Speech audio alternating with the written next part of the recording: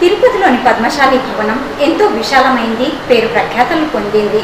అయితే మహారాష్ట్ర సోలాపూర్ స్వరాంజలి ఛానల్ నుండి చూద్దాం ఆ పద్మశాలి భవనంపై స్పెషల్ రిపోర్ట్. సప్తగిరికి రారాజు ఆ తిరుమలనాథుడు. తిరుమల తిరుపతి అంటేనే భూమిపైని వైకుంఠం.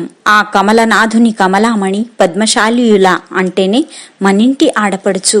అందుకే మనం ఎంతో అదృష్టవంతులం. సాక్షాత్తు లక్ష్మీనారాయణుడే మనకు అల్లుడు. ఎంతో మహద్భాగ్యం కదా. మానవులకు వస్త్రాలు అందించిన ఘనత కూడా మనదే అని గర్వంగా చెప్పవచ్చు. ఏ దేశమైనా ఏ ప్రాంతమైనా మన పద్మశాలీయులదే గొప్పతనం, నిండుగుణం. పద్మశాలి పేరుతో జగమంతటా కళాశాలలు, భవనాలు, సత్రములు వ్యాపించి ఉన్నాయి. ఎంతో పేరు ప్రఖ్యాతలను పొందాయి. అందులో తిరుపతిలో ఉన్న పద్మశాలి భవనం ముందడుగులో ఉంది. రేణిగుంటలో ట్రైన్ దిగగానే పద్మశాలి భవనం అంటే చాలు అక్కడికి తీసుకెళ్తారు. అందుకోసం ఆటో, జీప్, బస్సుల సౌకర్యం ఉంది.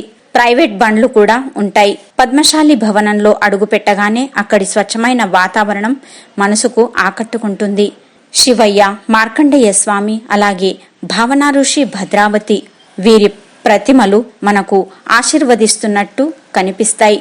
150 గదులు నీటుగా అద్దంలా కనిపిస్తాయి. అంత పెద్ద భవనం ఇలా నీట్నెస్ గా ఉందంటే అక్కడి మేనేజ్మెంట్ ఎంత స్ట్రాంగో మనకు అర్థమవుతోంది. మరో విషయం ఏంటంటే ఇక్కడ ప్రతిరోజు నివాసముకు వచ్చిన భక్తులకు కమ్మని భోజన సౌకర్యం కూడా అందిస్తారు. కమ్మనైన భోజనం కడుపు నిండా తిని తృప్తి పడతారు భక్తులు.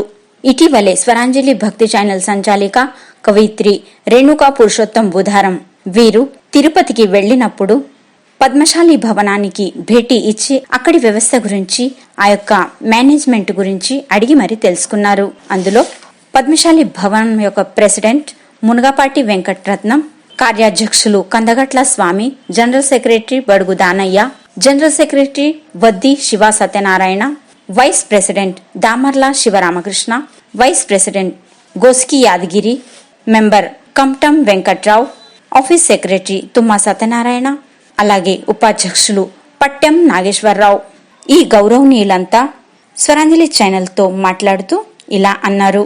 నమస్కారం, నా పేరు కందగట్ల స్వామి పద్మశాలి. నేను ఇక్కడ 2007లో ఈ సత్ర నిర్మాణము జరిగేటంటే ముందు ఏదైతే కమిటీలో ట్రెజరర్గా పనిచేస్తూ ఈ యొక్క అఖిల భారత పద్మశాలి సంఘం మార్గదర్శకులు ఆచార్య కొండ లక్ష్మణ్ బాబూజీ గారి వారి పర్యవేక్షణలో, వారి సంకల్పం మేరకు అనేక పర్యాయాలు ఇక్కడికి రావడం జరిగింది. అనేక వివిధ ఏరియాలలో ఈ యొక్క భూములు చూడడం జరిగింది. ఇది 2 పార్ట్లుగా ఉండేది. 2 పార్ట్లనే 2 విభాగాలుగా మేము ఖరీదు చేయడం జరిగింది.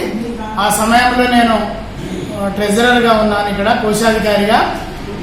అందరి సమైక్యంగా ఉన్నత భావాలు కలిగిన వారితో మమేకమై ఈ యొక్క 3 ప్రాంతాలు, ముందుగా తెలంగాణ, కోస్తాంధ్ర, రాయలసీమ ఈ యొక్క ప్రాంత పెద్దలు, కుల పెద్దలు, ఇంకా ఈ క్షేత్రంలో ఒక అన్నసత్రం ఉండడం అవసరం అనే అభిప్రాయం కలిగి మొదటగా శ్రీశైలం అన్నసత్రానికి అక్కడ హార్డ్ వర్క్ చేసే ఏలే లక్ష్మీనారాయణ గారి వారి టీంతో పాటు కవర్తప్ శ్రీనివాసరావు గారు అనే ఒక దాత, ఒంగోలు వాస్తవ్యులు, వారు 10 లక్షల రూపాయలు ప్రప్రథమంగా అనౌన్స్ చేయడం జరిగింది. తద్వారా అదే రోజు సికింద్రాబాద్, హైదరాబాద్లో తిరిగి అట్లా ఒక నెల రోజులలో 1 కోటి రూపాయలు సమకూర్చడం జరిగింది. ఆ తర్వాత మంచి ధైర్యం వచ్చి ఇంకా ఇక్కడ కొంత డబ్బు భయానగా ఇచ్చి ఈ యొక్క 2 విభాగాలు 4000 పైచీలకు గజాలు తీసుకోవడం జరిగింది. దీనికి అనేక మంది దాతలు, అనేక మంది పెద్దలు, సూచనలు, సలహాలు, ఎంతోమంది నైపుణ్యం ఉన్న వాళ్ళు, నిపుణులు మరి అందరూ కూడా పర్యవేక్షించినారు. మంచి అభివృద్ధి పదంలో ఇది వెళ్ళడానికి అనేక మంది హస్తం ఉంది, అనేక మంది శుభాశీస్సులు ఉన్నాయి. మరి అందరి సంకల్పం వల్లనే ఈ యొక్క నిర్మాణం జరిగింది.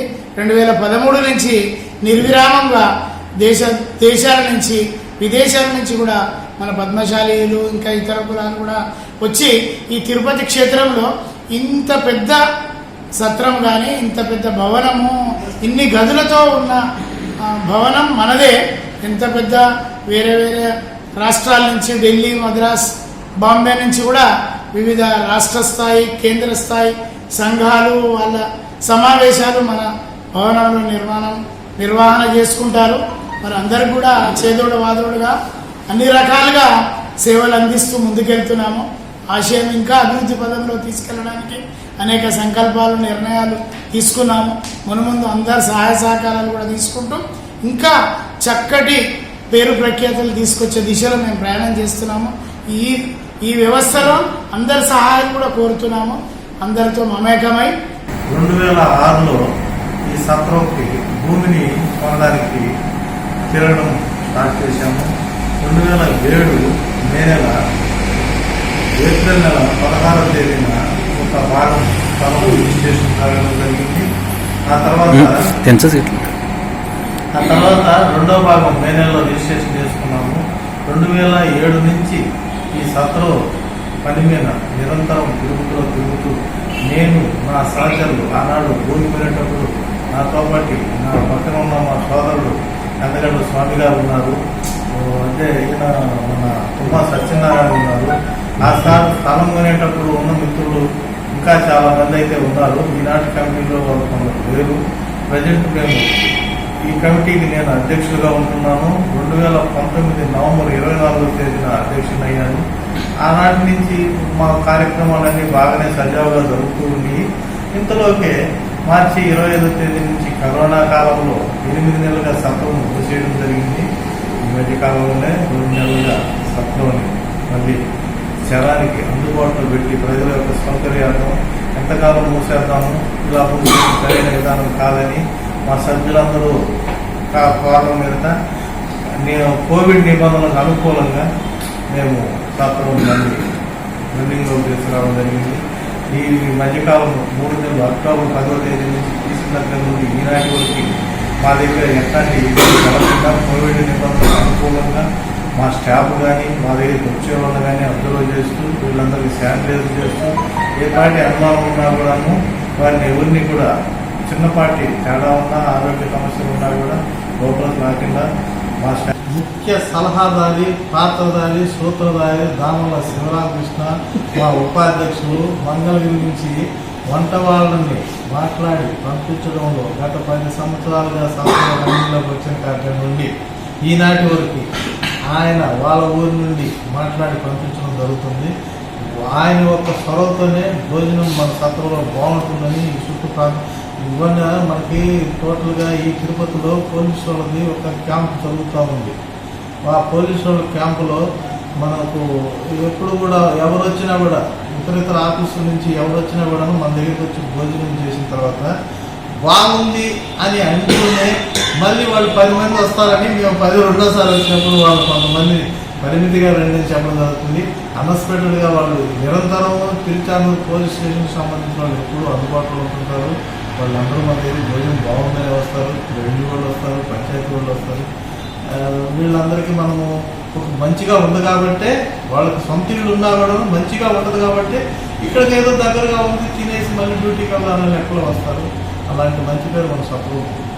దేవదివ్యమాన ఆశీస్సులనండి ఎక్కడ ఇబ్బంది లేకుండా మా కుటుంబం చాలా సంతోషంగా, ఉత్సాహంగా, ఉల్లాసంగా మేమంతా ఈ యొక్క సత్రంలో మరి కమిటీ సభ్యులందరూ కూడా మరి సహచరులు అందరూ కూడా అన్యోన్యమైనటువంటి దాంపత్యం ఎలా ఉందో అన్యోన్యమైనటువంటి కుటుంబం 5 ఏళ్లలాగా ఉండి ఈ కుటుంబం ఎంతో చక్కగా వినూతమైనటువంటి రీతిలో ఎక్కడా ప్రపంచ దేశాల్లో ఇలాంటి కళ్యాణ మండపం కానీ ఇలాంటి హోటల్ కానీ ఎక్కడా లేని నైపుణ్యంతో నిర్మాణం చేయడం జరిగింది. ఈ నిర్మాణానికి ఇంత పెద్ద హాలు, ఇన్ని రూములు, ఇంత సూట్సు, మరి వినూతమైనటువంటి ప్రపంచ దేశాలకి గర్వకారణమైనటువంటి తిరుపతి పట్టణంలో శ్రీవారి సన్నిధానం దగ్గర ఆయన పాదాల దగ్గర అమ్మవారికి అండగా తోడుగా మనం ఈ నిర్మాణం చేసుకున్నాము. ఇలాంటి నిర్మాణానికి మరి ఆ యొక్క దివ్య తేజ పురుషుడు అమ్మవారు అయ్యవారు వెంకటేశ్వర స్వామి శ్రీవారు అనుగ్రహంతో నిర్మాణం జరిగింది. ఈ అన్నిటికీ ఆ పిల్లలు కూడా మన మార్కండేయ వంశంలో మన అల్లుడు వెంకటేశ్వర స్వామి పద్మావతి అమ్మవారు ఆడపిల్ల కాబట్టి ఆమె యొక్క ధనాకారం మా దగ్గర లేకపోయినా ఆమె యొక్క ధనాకారం, లక్ష్మీదేవి ధనాకారం అంతా కూడా మాకు ఇవ్వాలని, మా భావనాథ స్వామికి ఇవ్వాలని ప్రగాఢమైనటువంటి సంకల్పం జరిగితే కూడా ఆ టైంలో మరి కుబేరుడు వచ్చినందుకు నా భావన ముని లేచి ఆ సీట్ను ఆయనకి ఇచ్చినందువలన మరి అమ్మవారు ధనాకారాన్ని పంపించింది. పద్మావతి అమ్మవారు లక్ష్మీదేవి పంపినప్పుడు ఆ టైంలో ఆ సీట్లో మరి కుబేరుడు ఉన్నాడు. కెలికత్తి ఇచ్చి నివ్వెరపోయి అమ్మవారి దగ్గరికి వెళ్ళి, అమ్మా నా పొరపాటు జరిగిపోయింది, నన్ను క్షమించాలన్నప్పుడు ఏమి జరిగింది అన్నప్పుడు ఈ విధంగా విన్నవించుకుంది. అప్పుడు ఆ మహాలక్ష్మీదేవి లక్ష్మీనారాయణమూర్తిని ప్రార్థన చేసి ఆయన రప్పించి, నాయన పొరపాటు జరిగింది, ఇచ్చినటువంటి ఈ యొక్క నిధిని మేము తీసుకోలేము, నీవు ఏమనుకోవద్దు, నీకు దివ్యమైనటువంటి ఆశీస్సులు ఉంటాయి. ఎప్పుడు కూడా పద్మశాలి అంటే ఈ మానవ శరీరానికి వస్త్రాన్ని ఇచ్చినటువంటి దివ్య తేజ పురుషుడు మీరు. మీ పేరు ఆజన్మాంతరం కూడా చిరస్థాయిగా ఉంటుందని ఆశీర్వదించారు. మమ్మల్ని, మన కులాన్ని అందరూ కూడా తక్కువగా అంచనా వేసి వీరు పద్మశాలి కార్మికులు, నేత కార్మికులు అనేటువంటి నింద చేశారు. మేము నేత కార్మికులు కాదు, పద్మశాలి వీవర్సు అనేవాడు నేత కార్మికుడు కాదు. ఈ యొక్క దేశంలో ప్రజలందరూ కూడా వస్త్రాన్ని ఇచ్చి ఈ మానవ రూపాన్ని యొక్క అందాన్ని, శ్రేయస్కరాన్ని, ఈ యొక్క సౌభాగ్యాన్ని, సృష్టిని, ఉన్నతిని అన్నీ కూడా పంచినటువంటి మహానుభావులు ఈ యొక్క పద్మశాలీలు.